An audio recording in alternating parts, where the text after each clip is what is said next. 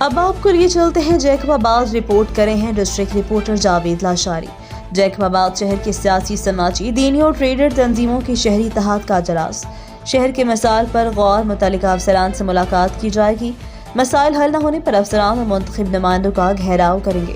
تفصیلات کے مطابق شہر کی سیاسی، سماجی، دینی اور ٹریڈ یونین کے شہری اتحاد جیکب آباد کا اجلاس شہری اتحاد کے سیکرٹری ڈاکٹر ایجن انصاری کی صدارت میں ان کی رہائش گاہ پر ہوا۔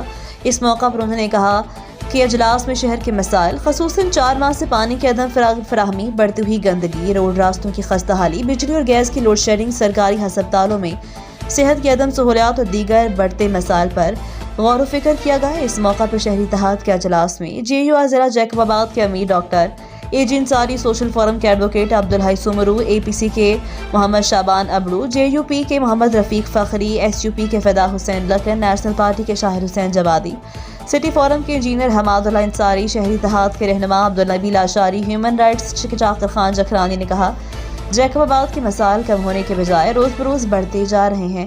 شہر کے راستے کھنڈرات، سرکاری ہسپتالوں میں سہولیات ناپید، گندگی کے ڈھیر لگے پڑے ہیں۔ بجلی اور گیس کی لوڈ شیڈنگ کے بزنس کو تباہ اور شہر میں مصنوعی مہنگائی نے عوام کا جینا دو بھر کر دیا۔